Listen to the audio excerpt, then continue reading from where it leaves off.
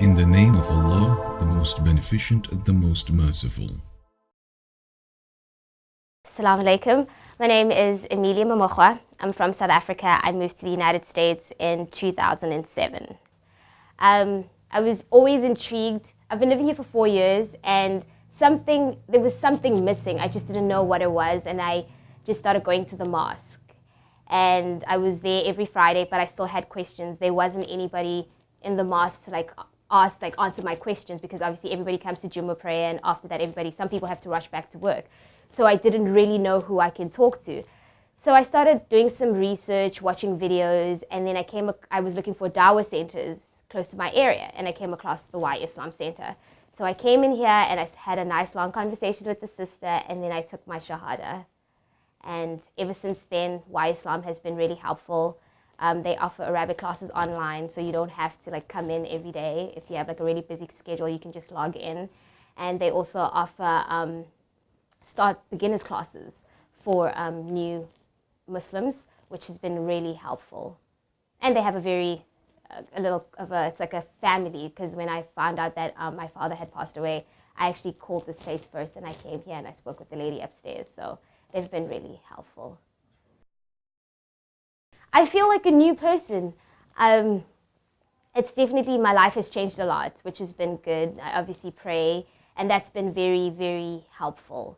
Especially after my father passed away, I remember the first thing I did was I prayed, and that helped. It was like a soothing, a comforting thing. That was the hard part, because obviously, my mom's Christian, and she also has her other traditional beliefs. So she didn't really understand why I took it and why I became Muslim, but she's now eventually starting to understand. And I had told my dad, mashallah, before he passed away, and he was just happy with it. He was always just about, you have to pray. But my mom was hard to let her know, that, because people, obviously the first thing they're going to go is oh, it's a strict religion. Why would you do that? But, every religion is strict. That's how I see it. I think the challenges that I faced after taking Shahada was, I was always a little bit, how can I say, not confident when I'm saying the Surah Al-Fatiha, when you're doing the Salah and you're praying, because you're oh my goodness, am I saying these words correctly? And then am I getting distracted? I hope it's, correct. So those are the problems, pronouncing the words correctly and making sure everything is the right way is one of the problems that I've faced. But other than that, I think I've had a good support system. The website was kind of just a guide to say, okay, come to WhyIslam Center. And when I got here, that's when all the questions that I had to ask, we spoke about it. But the books are definitely a good guide as well, because there's a book, a history book, that they give you, stuff that was discovered in the Quran way before scientists even discovered, which I thought was really cool. So that stuff is also very helpful. The video is very good, because the video starts off with a story about the Prophet Muhammad. So that helps you understand how he got the Quran.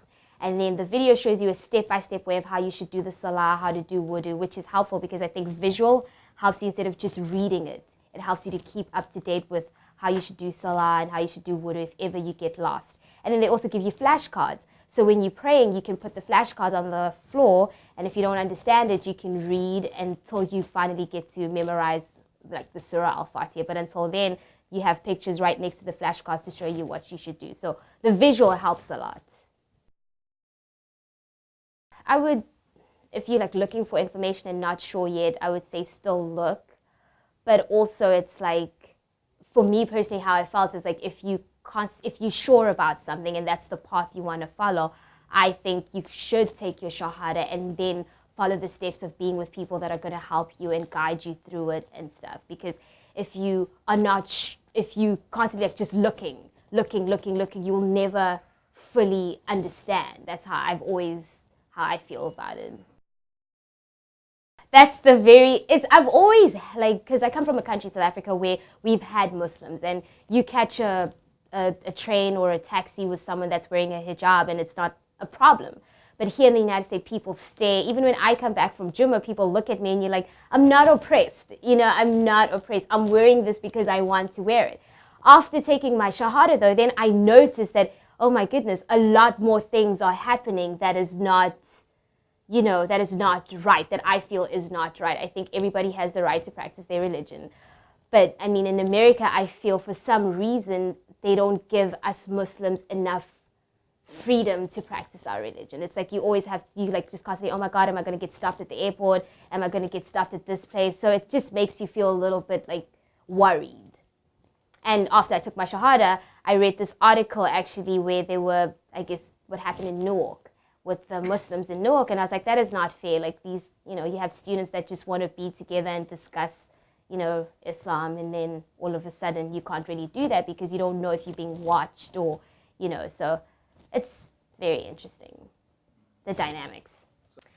My response is that I think people have misinterpreted Islam, because the more I study about it, it's the more I see that it actually is a peaceful religion.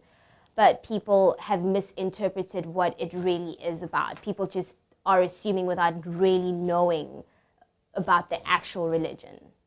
So